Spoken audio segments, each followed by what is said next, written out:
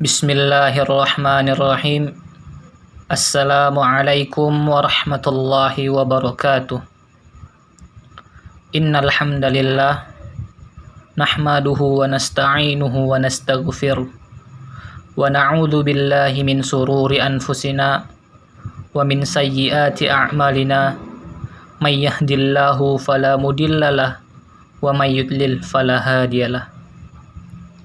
Asyhadu an la ilaha illallah wahdahu la syarikalah wa asyhadu anna Muhammadan abduhu wa rasuluh alladzi la nabiyya wa la rasulahu ba'da, amma ba'd.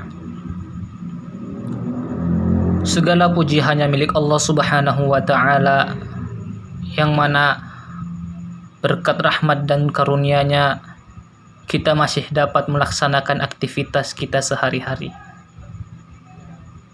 Salawat serta salam tidak lupa kita hadiahkan kepada Nabi Muhammad sallallahu alaihi wasallam, yang mana beliau rela berkorban demi menegakkan kalimat la ilaha illallah di muka bumi ini. Baiklah, pada kesempatan kali ini kami akan membawakan judul dalil bukti bahwa adanya Allah Subhanahu wa taala serta macam-macam tauhid.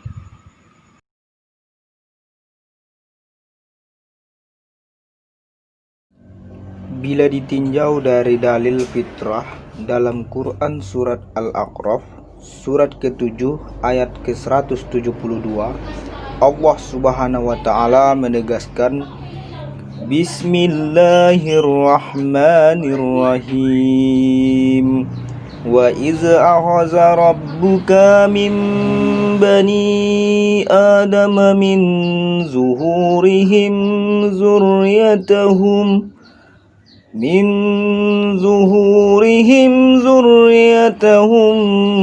wa ashhadahum ala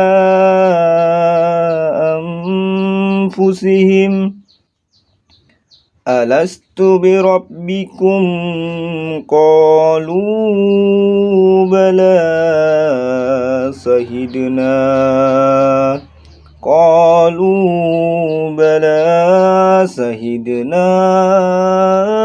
an taqulu yawmal qiyamah inna kunna an hadza ghafilin. Shadaqallahul azim. Yang artinya, dan ingatlah ketika Tuhanmu mengeluarkan dari sulbi atau tulang belakang anak cucu Adam keturunan mereka, dan Allah mengambil kesaksian terhadap ruh mereka seraya berfirman, bukankah aku ini Tuhanmu? Mereka menjawab, betul, engkau Tuhan kami. Kami bersaksi, kami lakukan yang demikian itu, agar di hari kiamat kamu tidak mengatakan, sesungguhnya ketika itu kami lengah terhadap ini. Maha benar Allah atas segala firman-Nya. Apabila ditinjau dari dalil logika. Dalil logika dapat kita katakan sebagai dalil akli. Dalil akli merupakan dalil yang diperoleh dari bukti ilmu pengetahuan dan argumen yang dihasilkan oleh para pemikir Islam, atau yang biasa kita sebut sebagai ulama.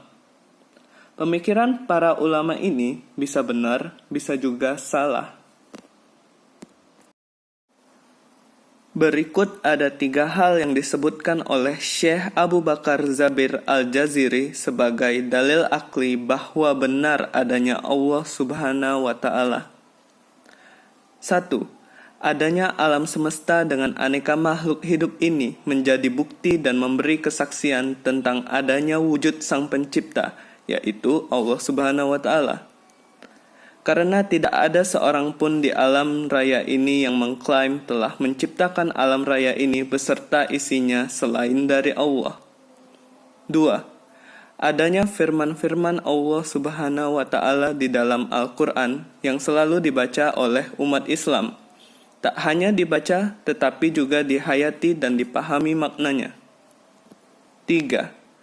adanya sistem yang teratur dalam tata surya dan kehidupan di bumi, mulai dari proses penciptaan, pembentukan, pertumbuhan, dan perkembangan makhluk hidup yang ada di alam semesta ini tunduk kepada sunatullah. Dan yang terakhir, Al-Quran dan hadis Nabi Sallallahu Alaihi Wasallam disebut dalil nakli karena isinya diambil dari Nabi Muhammad Sallallahu Alaihi Wasallam yang berasal dari Allah Subhanahu Wa Taala serta dari perbuatan Nabi Sallallahu Alaihi Wasallam dan sahabatnya.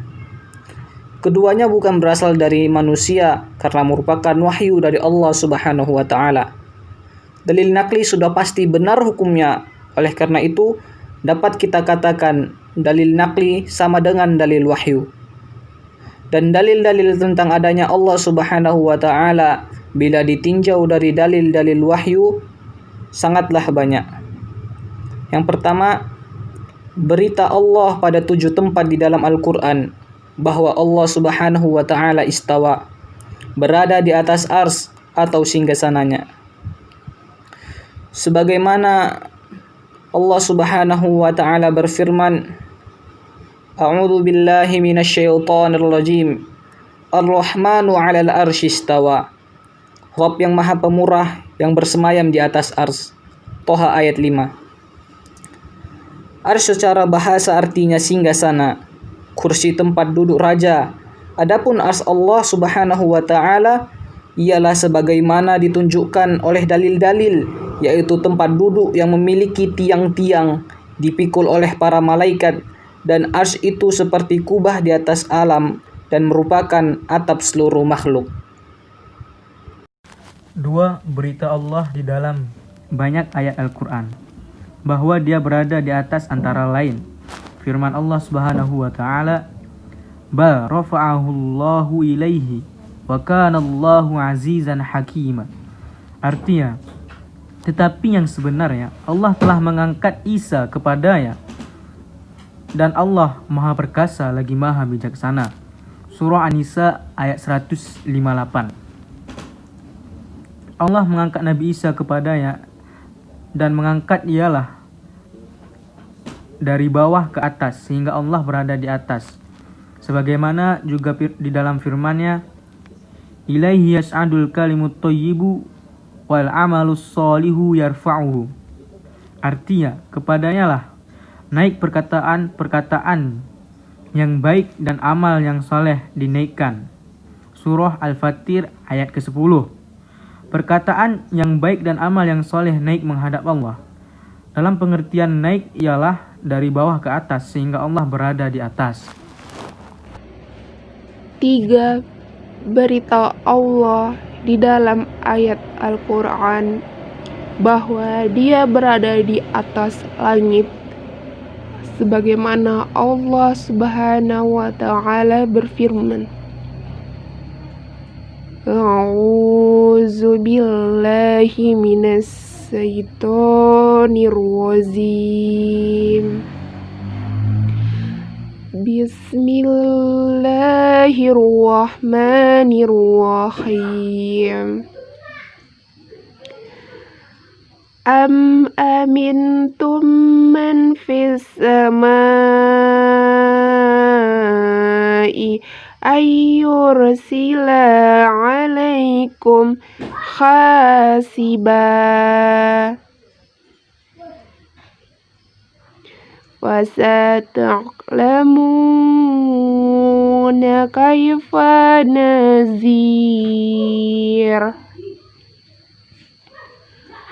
Apakah kamu merasa aman terhadap Allah yang berada di atas langit, bahwa Dia akan menjungkir balikan bumi bersama kamu, sehingga dengan tiba-tiba bumi itu bergoncang? Atau apakah kamu merasa aman terhadap Allah yang berada di atas langit, bahwa Dia akan mengirimkan badai yang berbatu? Maka kelak kamu akan mengetahui bagaimana akibat mendustakan peringatanku. Surah Al-Mulk, surah yang ke-67, ayat 16 sampai 17. Dalil tentang sifat tinggi bagi Allah Ta'ala sangat banyak, sehingga sebagian ulama mengatakan di dalam Al-Quran terdapat 1000 dalil atau lebih yang menunjukkan Allah Maha Tinggi di atas seluruh makhluknya, dan dialah berada di atas hamba-hambanya. Majmu' Fatawa Ibnu Taimiyah.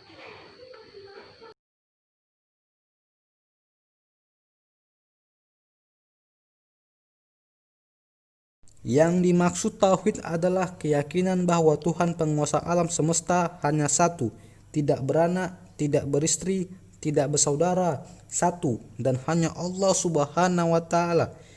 Dapat kita ketahui bahwa tauhid terdiri dari 3 macam. Berikut penjelasannya. 1. Tauhid rububiyah, yaitu pengakuan bahwa sesungguhnya Allah adalah Tuhan dan Maha Pencipta. Orang-orang kafir pun mengakui macam tauhid ini, tetapi pengakuan tersebut tidak menjadikan mereka tergolong sebagai orang Islam. Allah Subhanahu wa Ta'ala berfirman, "Wala in sa'alatahum man khalaqahum la yaqulunallah." Yang artinya, dan jika engkau bertanya kepada mereka, siapakah yang menciptakan mereka? Niscaya mereka menjawab, Allah. Quran Surah Az-Zukhruf ayat 87. Berbeda dengan orang-orang komunis, mereka mengingkari keberadaan Tuhan. Dengan demikian mereka lebih kufur daripada orang-orang kafir jahiliyah. 2. Tauhid uluhiyah, yaitu mengesahkan Allah dengan melakukan berbagai macam ibadah yang disyariatkan, seperti berdoa, memohon pertolongan kepada Allah, tawaf, menyembelih binatang kurban, bernazar, dan berbagai ibadah lainnya. Macam tauhid inilah yang diingkari oleh orang-orang kafir, dan ia pula yang menjadikan sebab perseteruan dan pertentangan antara umat-umat terdahulu dengan para rasul mereka sejak Nabi Nuh alaihissalam hingga diutusnya Nabi Muhammad sallallahu alaihi wasallam. Dalam banyak surat Al-Qur'anul Karim sering memberikan anjuran soal tauhid uluhiyah ini. Di antaranya agar setiap muslim berdoa dan meminta hajat khusus kepada Allah semata. Dalam Al-Quran Al-Fatihah misalnya, Allah Subhanahu wa Ta'ala berfirman, "Iyyaka na'budu wa iyyaka nasta'in." Hanya kepada Engkaulah kami menyembah dan hanya kepada Engkaulah kami memohon pertolongan. Maksud khusus kepadamu atau ya Allah kami beribadah hanya kepadamu semata, kami berdoa dan kami sama sekali tidak memohon pertolongan kepada selainmu. Tauhid uluhiyah ini mencakup masalah berdoa semata-mata hanya kepada Allah, mengambil hukum dari Al-Quran dan tunduk berhukum kepada syariat Allah. Semua itu terangkum dalam firman Allah yang artinya, "Sungguh aku ini Allah, tidak ada Tuhan selain aku, maka sembahlah aku." Quran Surah At-Toha ayat 14. Yang ketiga adalah tauhid asma wa sifat, yaitu beriman terhadap segala apa yang terkandung dalam Al-Quranul Karim dan hadis sahih tentang sifat-sifat Allah yang berasal dari penyifatan Allah atas zatnya atau penyifatan Rasulullah. Beriman kepada sifat-sifat Allah tersebut harus secara benar, tanpa takwil, tahrif, ta'yif, tahlil, tamsil, dan tafwid seperti yang banyak dipahami oleh manusia. Misalnya tentang sifat al-istiwa atau bersemayam di atas, an-nuzul yang berarti turun, al-yad yang berarti tangan, al-maji yang berarti kedatangan, dan sifat-sifat lainnya. Kita menerangkan semua sifat-sifat itu sesuai dengan keterangan ulama salaf. Al-istiwa misalnya, menurut keterangan para tabi'in, sebagaimana yang ada dalam Sahih Bukhari berarti al-uwul wal irtifa, yang artinya tinggi dan berada di atas, sesuai dengan kebesaran dan keagungan Allah. Allah Subhanahu wa Ta'ala juga berfirman dalam Quran Surah Asy-Syura ayat 11, yang berarti tidak ada sesuatu pun yang serupa dengan Dia, dan Dia yang Maha mendengar dan Maha melihat. Sekian penjelasan dari kelompok kami tentang macam-macam tauhid dan macam-macam dalil. Apabila ada kesalahan kata dalam pemberian materi, kami mohon maaf, karena manusia tidak luput dari kesalahan. Wabillahi taufiq wal hidayah. Wassalamualaikum warahmatullahi wabarakatuh.